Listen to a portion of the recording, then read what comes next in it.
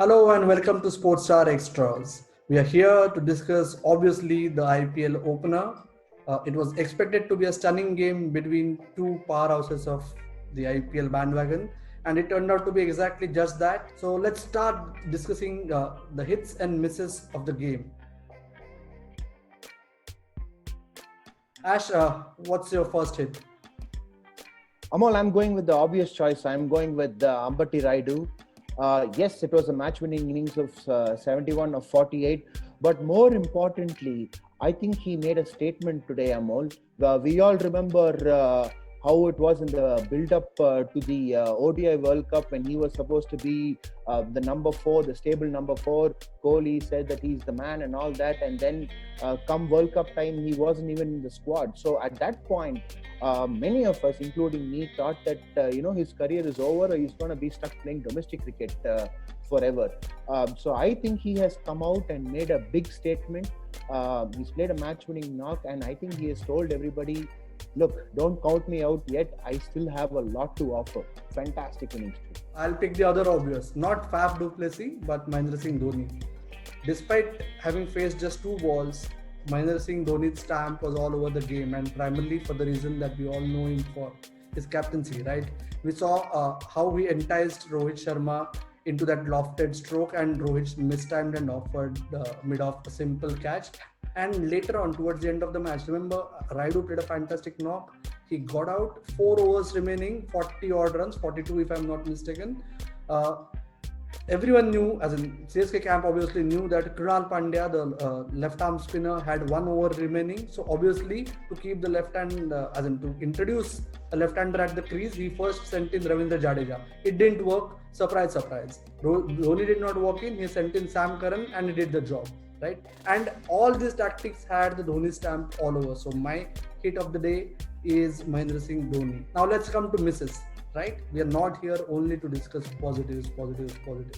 Ash, what's your miss of the day?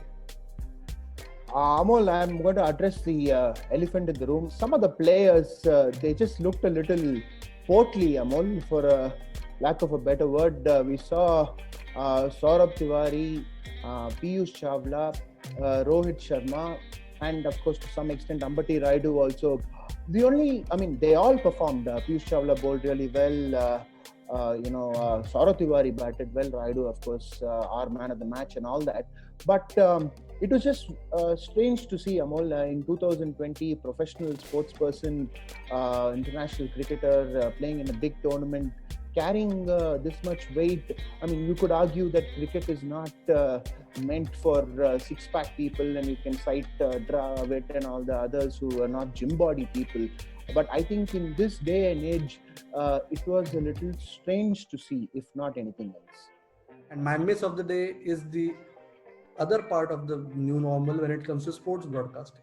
It's the background spectator sound that was used. Obviously, we all knew. Remember, Ash, one of the topics that we discussed was precisely the same when it came to reintroduction of cricket during the England-West Indies series. Okay, a lot of spectators today, or for that matter, a lot of audience, TV audience was taken aback with the spectator sound. But obviously for a sport like cricket, that too in India, to make it interesting and to hold an audience's attention, it was required. But it started off with noise. And as the game progressed, it settled into a background score or a background sound as such. And like what we were discussing as before we started recording, it did look out of place at a lot of times during the match. After all, you can't treat cricket like football when it comes to broadcasting. There are too many variations in background noise of spectators or background sound of spectators.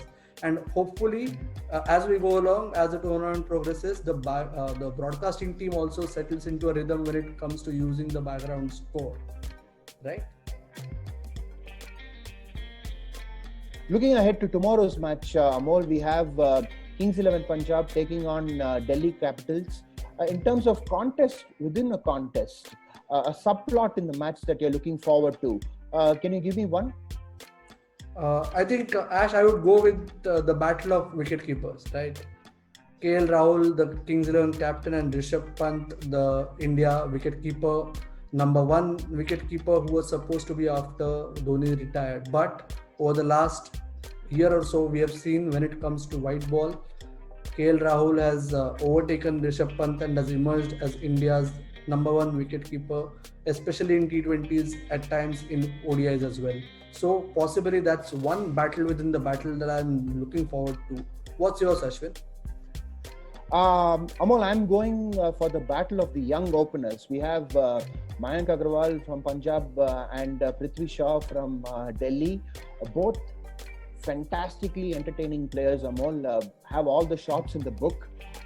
In terms of just pure T20 entertainment, I think Prithvi Shaw has the edge because, he's all about attack, whereas Mayank is a little more classical.